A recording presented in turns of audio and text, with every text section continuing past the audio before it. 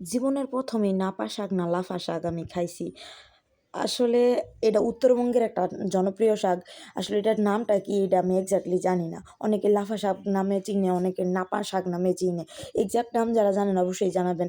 এই যে আমি এগুলো সুন্দর করে কেটে বেছে রেখে দিছি।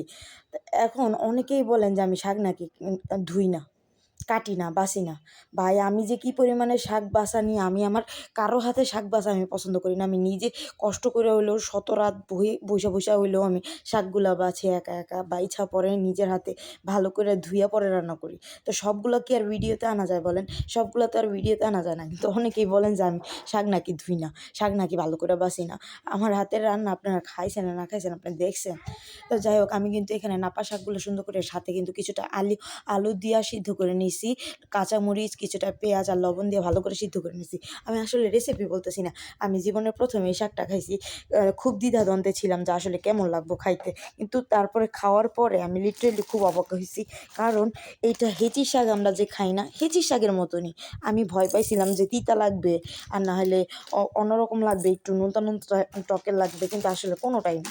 তো খাইতে খুবই বেশি ভাল লাগছে আর গরম ভাতের সাথে তো অনেক বেশি ভাল লাগে। তো আমি ১ম এ কড়াইতে পেঁয়াজ কুচি আর রসুন কুচি দিয়ে দিছি। তেল দিয়ে সুন্দর করে নাড়াচাড়া করে লাল, লাল করে ভাইজা নিছি। তারপর আমার সিদ্ধ করে শাক রাখাগুলা সুন্দর করে দিয়ে আমি ভালো করে নাইড়া-চাইড়া রান্না করে নিব। আর এখানে আমি একটা ইন্টারেস্টিং কথা বলি, আমি নাপা শাক বসাই দিয়ে আমি আমার জামাইয়ের লগে গপ্প মারতে গেছি। তখন আমার নাপা শাক না লাফা শাক গেছে পুইড়া। তো পুইড়া গেছে গা বলতে পুইড়া যায় নাই গা, লাইগা গেছিল গা। তো ওই শাকটাই আসলে খাইতে অনেক বেশি ভাল লাগছে। এর পরের দিন আমি রান্না করছিলাম, এর পরের দিনও মজা হইছে, কিন্তু একটু পাঞ্চা, পাঞ্চা লাগছে। কারণ ওই যে পানিটা আমি পুরো মতন শুকাই না। তো যাই হোক আমি লাইড়া-চাইড়া কিন্তু ভালো করে রান্না করে নিতেছি। আপনারা আপনাকে মতন রান্না করবেন। আর কে কি নামে চিনেন আর কে কিভাবে এই শাকটা রান্না করে খান আমার অবশ্যই জানাবেন। কারণ আমি জীবনে ১ম খাইছি এই শাকটা। আমি আসলে রেসিপি জানি না। আমি আমার মতন করে রান্না করছি। যে খাইতে কেমন লাগবে সেটা সেই ভয়ে।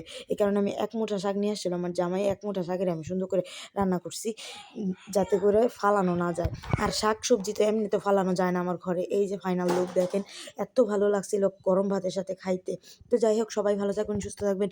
আল্লাহ হাফেজ, বাই, বাই। সবাই আমাদের জন্য দোয়া করবেন। রমজান মোবারক।